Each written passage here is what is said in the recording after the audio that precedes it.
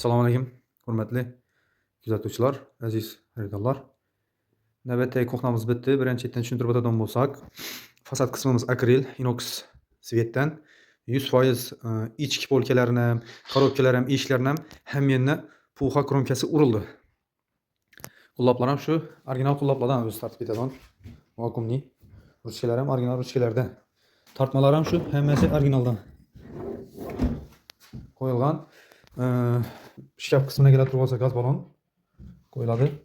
Bu yerga ustkisi polka qilib ishlangan va qo'yiladigan bo'lib, svetlar ham yaxshi svetlardan qo'yildi.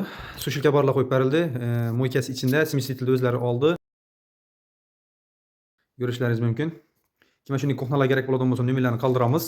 Shu nomerlarga chiqib, zakaz bersangiz zakaz, metrini bilecek bo'lsangiz, metrlarni aytamiz, hisob kitobini aytib. Kuzatib borganingiz uchun rahmat. Sog' bo'ling.